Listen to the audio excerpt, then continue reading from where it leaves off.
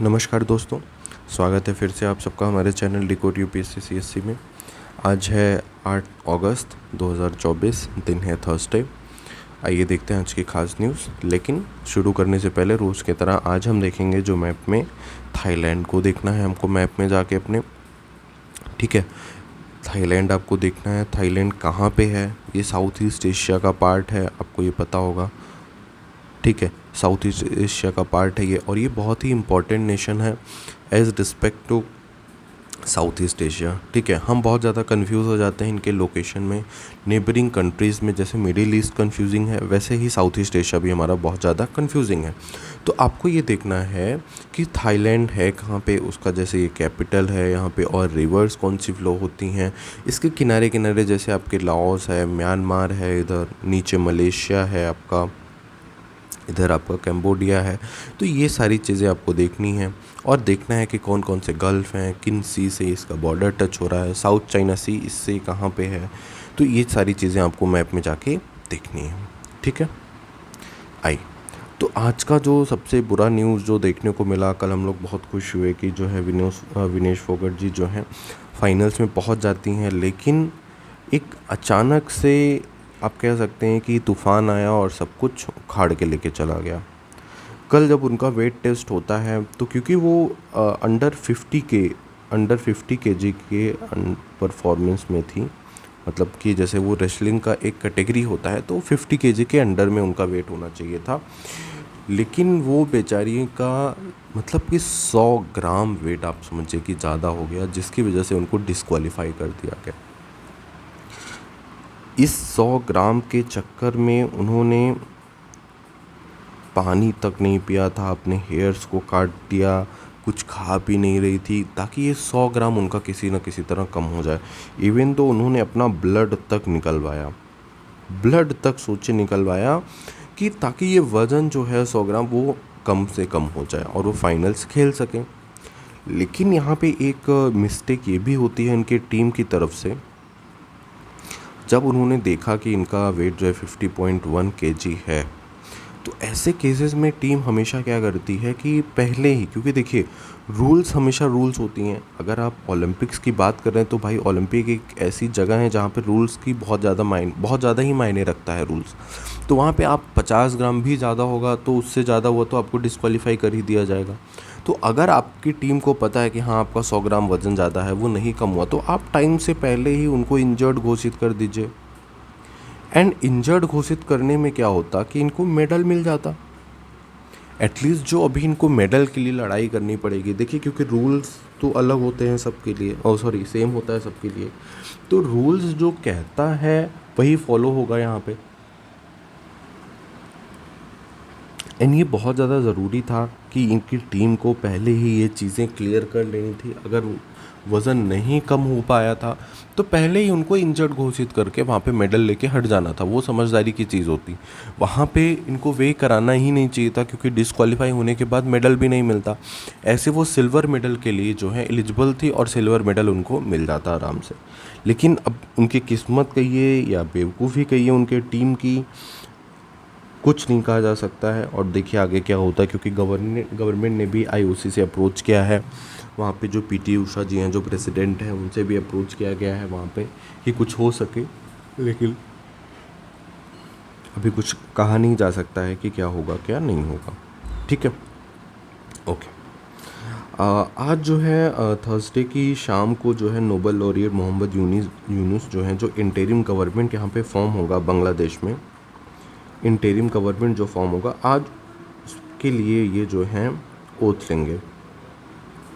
मतलब उनको ऐसा न्योता दिया गया था तो उन्होंने कहा कि हाँ ठीक है वो एक्सेप्ट करेंगे, और उन्होंने एक्सेप्ट किया। और आज शाम को वो जो है इस चीज़ पे अपना ओथ लेके वो सरकार को कुछ टाइम तक चलाएंगे, तब तक जब तक यहाँ पे फ्री पोल्स नहीं हो जाते, मतलब इलेक्शंस नहीं हो जाते यहाँ पे। ठीक है, अब इलेक्शंस में जो है, जो वहाँ की मेन अपोजिशन पार्टी थी बीएनपी, उनकी जो मेन लीडर थी ज़ियाउर रहमान, तो वो जो हैं बाहर आ गई हैं। और खालिदा ज़िया उनका नाम है, वो बाहर आ गई हैं। और वो लोग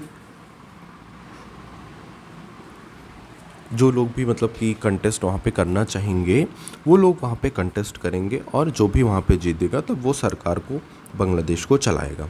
ठीक है, बांग्लादेश के ही बारे में बात कर रहे हैं तो बांग्लादेश के बारे में पूरी स्टोरी देख लेते हैं आज, क्योंकि उनके बांग्लादेश कैसे उन्होंने हारा, क्या क्या वजहें थी कि उनको अचानक से, जो ये पीपल्स की लीडर थी, अचानक से उनको देश छोड़ के जाना पड़ा पीपल्स की ही वजह से। तो उसके पीछे का जो रीज़न था वो आज एडिटोरियल में बताया गया है कि क्या क्या इनसे गलतियां हुई जिसकी वजह से बांग्लादेश से इनको जाना पड़ा। ठीक है, सबसे पहले तो देखिए, इनको आयरन लेडी के नाम से जाना जाता था कि बांग्लादेश की आयरन लेडी, ये वर्ल्ड की सबसे फर्स्ट ऐसी महिला हैं, लॉन्गेस्ट सर्विंग पीएम है ये, लॉन्गेस्ट सर्विंग पीएम है ये वुमेन के, अगर हम रिस्पेक्ट में बात करें तो। ठीक है, उन्होंने फुल 4 टर्म, उन्होंने अपना पूरा 4 टर्म उन्होंने अपना रूल किया हुआ है, और इसके पहले ऐसा कोई नहीं था। ठीक है, देखिए शुरुआत में क्या था कि जब ये आई मतलब पावर में, उसके बाद इन्होंने बांग्लादेश के इंफ्रा पे, वहाँ की इकॉनमी पे, वहाँ के डेवलपमेंट पे बहुत ज़्यादा ध्यान दिया।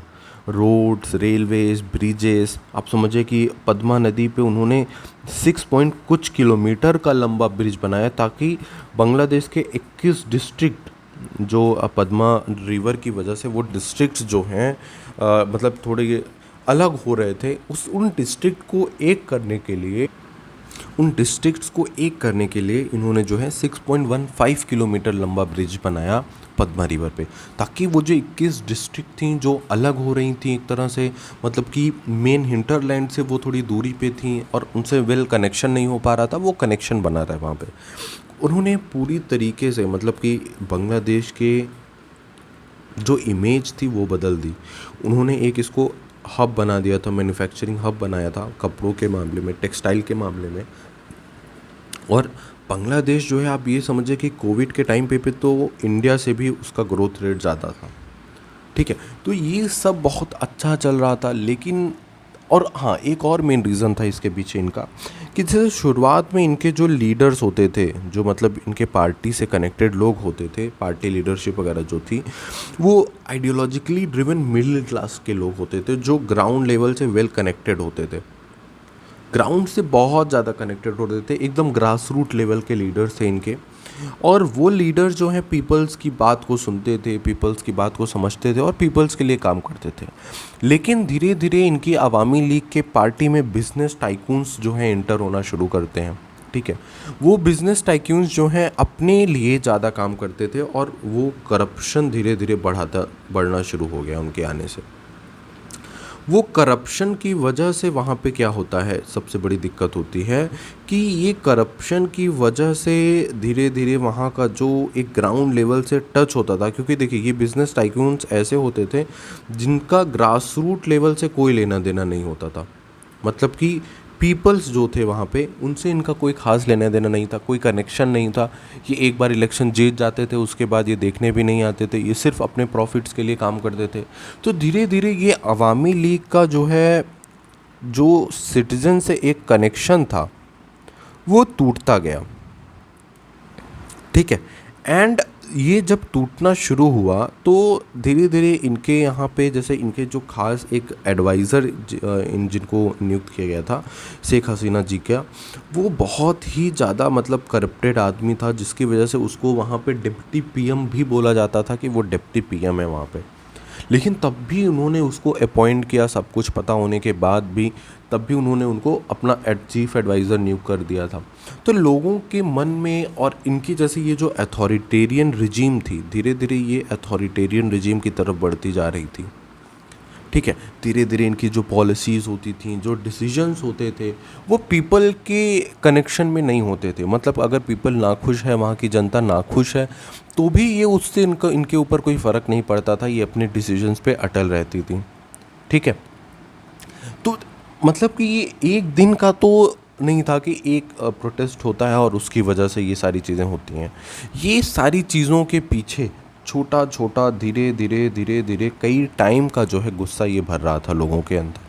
ठीक है, तो ये गुस्सा जो भरता गया, तो जब ये स्टूडेंट, मतलब इन्होंने जब ये बिल लाया रिजर्वेशन का, जिसमें इन्होंने क्या बोला कि 56% 56% जो सीट्स होंगी उस पे मेरिट के बेसिस पे मतलब जॉब होगा, ठीक है। एंड 30% जो है रिज़र्व सीटें रहेंगी किनके लिए, जो 1971 के वॉर में हिस्सा लिए थे या उनके रिलेटिव्स वगैरह के लिए, ठीक है। अगर कोई भी आपका रिलेटिव है जो 1971 वॉर में वहाँ पे हिस्सा लिया था तो आपके रिलेटिव्स को या आपके सगे संबंधी को वहाँ पे रिजर्वेशन दिया जाएगा, ठीक। तो इस चीज़ के खिलाफ जो है स्टूडेंट ने प्रोटेस्ट करना शुरू किया। उन्होंने कहा कि सारी की सारी 100% सीट्स को आप मेरिट के बेसिस पे करिए, ठीक है। पूरा मेरिट के बेसिस पे होना चाहिए और कोई भी सीट जो है यहाँ पे रिजर्वेशन के बेसिस पे नहीं होगा। तो उन्होंने कहा, उन्होंने मना कर दिया। उन्होंने क्या बोला कि मतलब कि उन्होंने एक मतलब कि बयान दिया। उन्होंने ये बोला कि if not for descendants of freedom fighters, अगर जो फ्रीडम फाइटर्स के रिलेटिव्स हैं अगर उनके लिए नहीं, तो क्या हम should we create quotas for those of Razakars. Razakar जो है एक बैड वर्ड होता है, बांग्लादेश में यूज़ किया जाता है उन लोगों के लिए जो पाकिस्तान का सपोर्ट करते थे, ठीक है। तो उन्होंने बोला कि अगर हम फ्रीडम फाइटर्स के लिए रिजर्वेशन नहीं देंगे तो क्या हम ये सारे रिजर्वेशन जो है उनके लिए देंगे जो पाकिस्तान का सपोर्ट करते थे।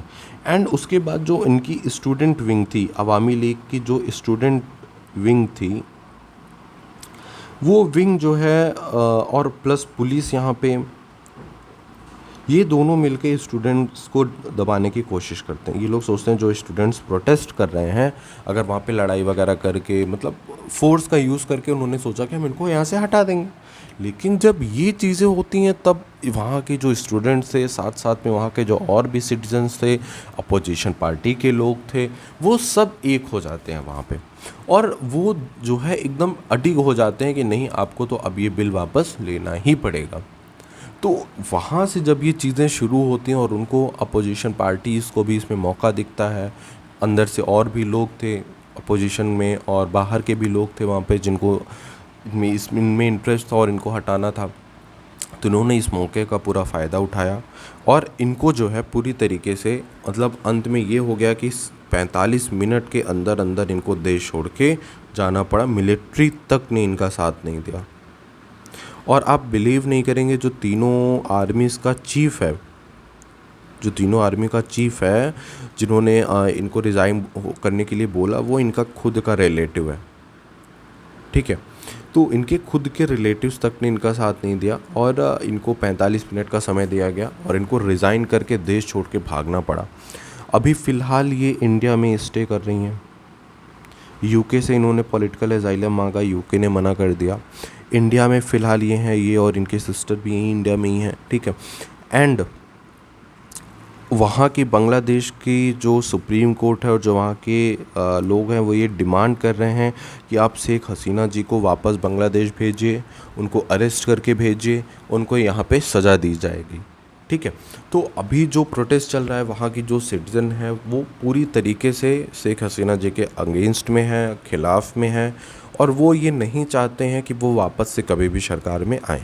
उनके पार्टी के लोगों को मतलब अवामी लीग का कोई भी पार्टी, कोई भी सपोर्टर है, उनके घरों को टारगेट किया जा रहा है। अब तो वहाँ पे ऐसा भी देखा जा रहा है कि वहाँ पे कुछ रेडिकल्स जो हैं, वहाँ के हिंदू जो माइनॉरिटीज़ हैं उनको भी टारगेट किया जा रहा है। वहाँ पे जो अब सिचुएशन बन रही है वो 1971 वॉर जैसी बन रही है, जैसे 1971 और 1975 में मिलिट्री कू हुआ था जिसमें कि उनके लगभग 16 फैमिली मेम्बर्स मारे गए थे, जिसमें कि वहाँ के जो फाउंडर थे बांग्लादेश के उनकी भी डेथ हुई थी। तो ये सिचुएशन जो क्रिएट हो रही है वो धीरे धीरे उसी की तरफ जा रही है, ठीक है। और ये ज़रूरी नहीं है कि ये सिचुएशन इतनी जल्दी नॉर्मल हो जाए। अभी तो वहाँ पे अभी इंटरिम गवर्नमेंट का आज फॉर्मेशन होगा वहाँ पे। अब देखिए कि आगे अब जब अपोजिशन पार्टीज़ का इलेक्शन होगा, 3 महीने का वहाँ पे टाइम दिया गया है कि 3 महीने के अंदर अंदर इलेक्शंस होंगे और जो जीतेगा उसको फिर गवर्नमेंट बनाने के लिए न्योता दिया जाएगा, ठीक है, जो पीपल्स के मत से जीतेगा बेसिकली।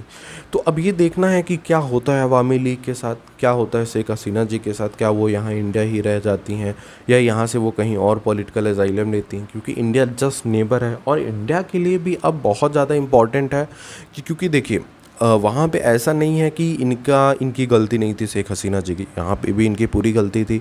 वो एक तरह से पूरी तरह से अथॉरिटेरियन रिजीम शुरू कर दी थी वहाँ पे, ठीक है, जिसकी वजह से लोग नाखुश हुए। और अगर जनता नाखुश है, अगर जनता आपकी सपोर्ट नहीं कर रही है, तो आप कभी भी वहाँ नहीं रह सकते हैं। ठीक है, आप कभी भी सेफ रह ही नहीं सकते हैं। तो इंडिया के लिए भी ये ज़रूरी है कि इंडिया का जो अपना रिलेशन है, नेक्स्ट नेबर वाला रिलेशन, उसको बना के रखना पड़ेगा। क्योंकि अगर जिस हिसाब से अभी के टाइम में कश्मीर में और पाकिस्तान के साथ हमारे रिलेशन चल रहे हैं, वो बहुत ही ज़्यादा मतलब कि ख़राब रिलेशन है। अगर बांग्लादेश के भी साथ हमने अपने रिलेशंस को ख़राब कर लिया, तो आप समझिए कि पूरे पड़ोसी राज्यों के साथ हमारा रिलेशन ख़राब हो जाएगा। और अगर हमारे रिलेशंस नेबरिंग कंट्रीज़ के साथ अपने नहीं सही हैं, तो वो फिर वर्ल्ड लेवल पे जो हमने एक अपना इमेज बनाया है, विश्व गुरु का जो अपना इमेज तैयार किया है, वो कभी भी सफल नहीं हो पाएगा। तो इंडिया के लिए बहुत ज़्यादा ज़रूरी है कि वो अपने स्ट्रेटजिक कॉल्स को लें, एंड जो सही हो उनके फ्यूचर के लिए उस पर ज़रूर देखा जाए। ठीक है, आइए आगे देखते हैं। हाँ, आगे में जो वक्फ बोर्ड का न्यूज़ बहुत ज़्यादा चल रहा है, अभी उसके बिल तो नहीं प्रपोज हुए हैं, लेकिन जो बिल प्रपोज होने वाला है आजकल में, उसके बारे में हम देखते हैं। ठीक है, देखिए, तो उसके पहले हमें ये जानना ज़रूरी है कि वक्फ बोर्ड क्या है। ठीक है, वक्फ बोर्ड जो है एक कंप्राइजेज प्रॉपर्टी और land donated by the followers of Islam and is managed by the members of the community. मतलब कि वक्फ बोर्ड एक ऐसा बोर्ड है जहाँ मतलब एक तरह से वो कम्युनिटी है जहाँ पे वो लोग जो भी उनके फॉलोअर, जैसे इस्लाम के जो भी फॉलोअर्स हैं, जो ये अपने लैंड्स, अपने ओन्स को डोनेट करते हैं, ठीक है, अच्छे कामों के लिए, तो वो सारे की सारी जो लैंड डोनेट की जाती है वो वक्फ बोर्ड के नाम डोनेट की जाती है। ठीक है, तो ये सारी लैंड्स का देख रेख ये वक्फ बोर्ड ही करती है। इनके पास करंट में करीबन 9.4 लाख एकड़ ज़मीन है टोटल इंडिया में। रेलवेज़ और आर्मीज़ के बाद यही सबसे बड़े ओनर हैं इंडिया में, और इनके पास ऐसे राइट थे, अभी हैं फ़िलहाल, कि ये किसी भी लैंड को क्लेम कर सकते हैं अगर इनको लगता है कि ये लैंड जो है इनके अंडर में आता है। ठीक है, आप समझिए कि जो लखनऊ का हाई कोर्ट था वो तक वक्फ बोर्ड के लैंड में अंडर में आता था, लेकिन फिर उसको क्रैश कर दिया गया था उस चीज़ को। ठीक, तो करीबन इनके पास 1.2 लाख करोड़ है, जो कि the third largest land owner इनको बनाता है इंडिया में। जो ये वक्फ एक्ट आया था, ये 1995 में आया था।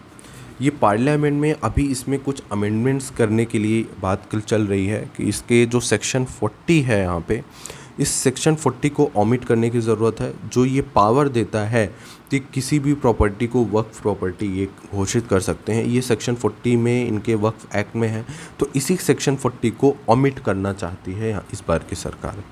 वो ये बिल जो है अभी टेबल पे नहीं रखा गया है, लेकिन हाँ इसके जो ड्राफ्ट वगैरह हैं वो बना दिए गए हैं, वो सर्कुलेट कर दिए गए हैं लोकसभा के मेंबर्स के बीच में, एंड हो सकता है कि इसी हफ्ते इस पे चर्चा शुरू हो। ठीक है, अभी उसके खिलाफ जो है पूरी मुस्लिम कम्युनिटी और अपोजिशन के भी लोग, ये लोग इसके अगेंस्ट में हैं। ये लोग नहीं चाहते हैं कि ऐसा कुछ हो वहाँ पे। ठीक है, अगर ये लोग, देखना ये है कि ये लोग क्योंकि थर्ड लार्जेस्ट लैंड ओनर्स हैं इंडिया में, ठीक है, एंड ये लोग ऐसा कोई काम भी नहीं करते हैं जो कि इंडिया के डेवलपमेंट से रिलेटेड हो या इंडिया के लिए ज़रूरी हो ना। ये सारी की सारी जो भी चीज़ें करते हैं ये अपने इस्लाम से रिलेटेड करते हैं, और इसके अंदर इतना करप्शन है, रैम्पेंट करप्शन है एकदम, कि हर चीज़ में ये लोग करप्शन करते हैं और फिर उसको महंगे महंगे दामों में बेचते हैं अपनी ज़मीनों को, और फिर उसका यूज़ करते हैं ये लोग गलत कामों में। ठीक है, तो इसी वक्फ बोर्ड को मतलब कि पहले तो ये हो रहा था कि एबॉलिश कर देंगे, ख़त्म कर देंगे, लेकिन अभी तो ऐसा नहीं है। लेकिन ये देखना है कि सेक्शन 40 क्या ऑमिट हो पाता है इसका, कि सेक्शन 40 के अलावा और कुछ भी यहाँ पे नए रूल्स को लाया जाएगा, क्योंकि लास्ट बार ये 2013 में अमेंड किया गया था इसको, तो वहाँ पे ऐसा कुछ इसको बंद करने या इसको एबॉलिश करने का कोई बात नहीं किया गया था। अब यहाँ पे जाके ये सारी चीज़ें की जा रही हैं। ठीक है, ठीक है, तो ये था वक्फ एक्ट से रिलेटेड जो आज की न्यूज़ थी। आइए आगे की न्यूज़ देखते हैं हम, जो आज ज़रूरी है, क्योंकि आज ऐसा पॉलिटिकल देखिए न्यूज़ आजकल बहुत ज़्यादा आते हैं। हमारी यूपीएससी या UP PCS state PCS exams के लिए जो रिक्वायर होता है वो ऐसी खास न्यूज़ नहीं आती है। हाँ, इसके बाद आता है इंटरनल सिक्योरिटी से रिलेटेड। आप GS3 से इसको रिलेट कर सकते हैं कि जो काउंटर टेरर ग्रिड बनाया जाता है, इस पे आज इन्होंने जैसे ग्रिड, ये वर्ड जो है ये अलग रिप्रेजेंट करता है। ये काउंटर टेरर ग्रिड जो होता है एक पूरा अलग प्रोसेस ही होता है। तो इसी के बारे में ये आर्टिकल जो है ठीक है। अभी आपने देखा होगा कि जम्मू का जो रीजन है वो गलत कारणों की वजह से न्यूज़ में है, एंड पिछले 1 महीने में तो हमारे इर्रेपेरेबल लॉसेस हुए हैं यहाँ पे, ठीक है। ऐसे लॉसेस हुए हैं जिनको हम वापस नहीं ला सकते हैं। करीबन नहीं कुछ तो काफ़ी लोग हमारे यहाँ मारे गए हैं टेररिस्ट एक्टिविटीज़ की वजह से, और ये सारी चीज़ें हो रही हैं जो नई अभी मतलब कि पाकिस्तान एजेंसियों की तरफ से जो नए नए यहाँ पे इन्फिल्ट्रेट्स जो हैं ज्वाइन हुए हैं, ये सब उन्हीं की वजह से किया जा रहा है। और इस बार तो मतलब कि जम्मू के उन रीजन्स में किया जा रहा है, पहले कश्मीर में होता था, इस बार जम्मू के रीजन्स में ये सब सारी चीज़ें देखने को मिल रही हैं, ठीक है।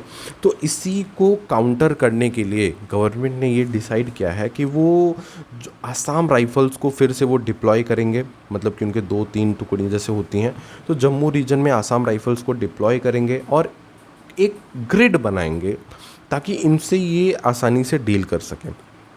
ऑपरेशन दूध हुआ था 1991 में, ठीक है। 1991 में ऑपरेशन दूध हुआ था जिसको आसाम राइफल्स ने कंडक्ट किया था, और वो बहुत सक्सेसफुल ऑपरेशन था। उन्होंने सारे जो है टेररिस्ट को, जो उनके ऑपरेशंस थे, उन सबको ख़त्म कर दिया था उस टाइम पे।